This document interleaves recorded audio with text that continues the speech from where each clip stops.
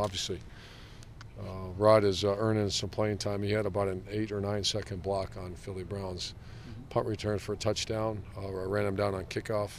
So he's earning his stripes around here, and he's earning them real fast. We're real proud of him. Does it matter that he's playing in his home state? Does that make any difference in, your thoughts about playing him this week, maybe a little more? No. But he's earned, in your sense, he's earned some Oh, time. absolutely. I mean, it's we're not shy about saying this. Everything's earned. I mean, your locker's earned. What kind of socks you get when you show up is earned. What you eat is earned, and I'm being serious. And obviously, playing time is, and I'm real proud of him. Doing much better in school, and just he just walks around different. And that's our job, to develop guys. And we're not perfect, but Rod's, obviously he's a bad day away from going back the way he was, but he's done a very nice job. What's C.J. Barnett's status? Good, about full speed. He's playing.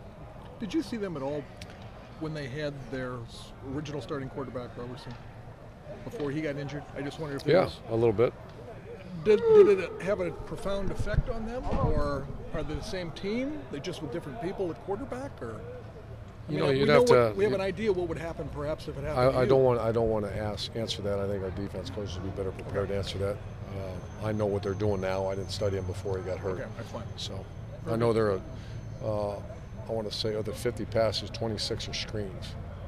So it tells you a little bit about what they are. Right. It's a pain in the rear end. You talked before about when you hired Tom Herman, what you liked about him. What was it about Ed Warner that caught your eye? Why was he a guy you wanted on this staff? I've known of him. He has an option background from West Point for many years. And then the thing that really caught my eye is he was the offense coordinator at Kansas when they went to the Orange Bowl. And so he's got a big picture mind. And I wanted 2 coordinators in the room. And both those guys are considered coordinators. And he's done a very good job. It seems like the offensive linemen talk about that he pushes them pretty hard and gets them motivated. And Yeah, he's hard. All line coaches got to be hard. I mean, that's my vision of a line coach is the toughest coach on your staff, and we got a very tough coach, and they have to be pushed. And the good thing is they're responding. And I'd love to someday, and I'll do it someday. Just go push play on April 2nd, and then push play now and see how much different players they are. It's really marked improvement. Those young linebackers step up this week as you challenge them, sort of from a depth standpoint. Let me think here. I mean, Josh Perry is getting better. Ryan Shazier is obviously getting better. And Storm Klein. We'll be in a lot of nickel this week. But they're getting better. It's just you wish they got better yesterday.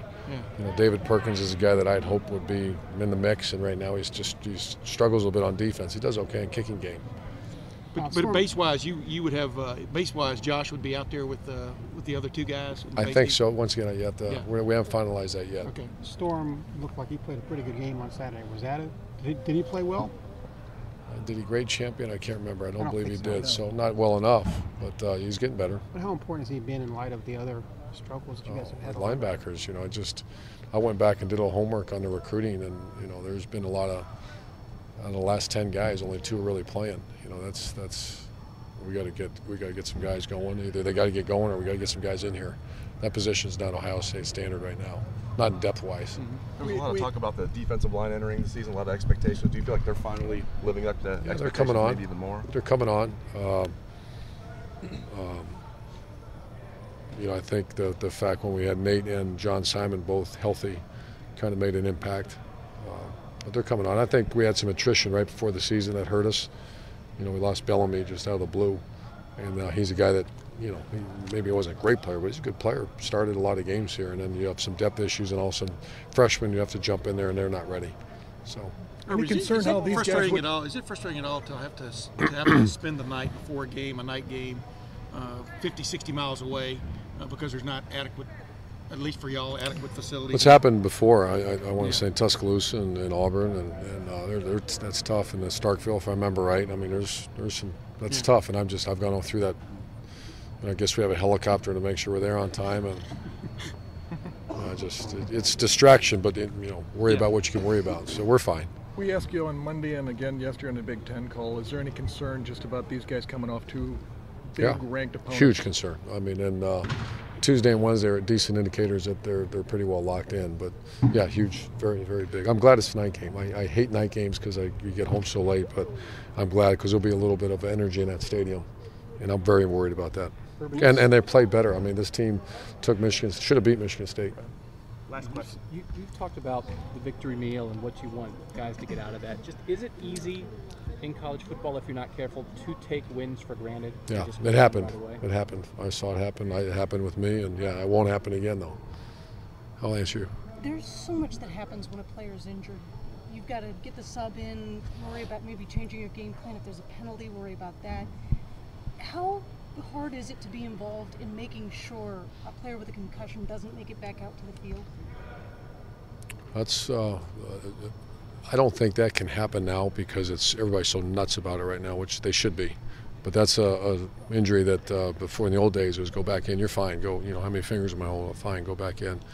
But I don't see that. Kids get dinged now, and before they go in, there's a series of tests they have to go through. So, and it's the right thing to do.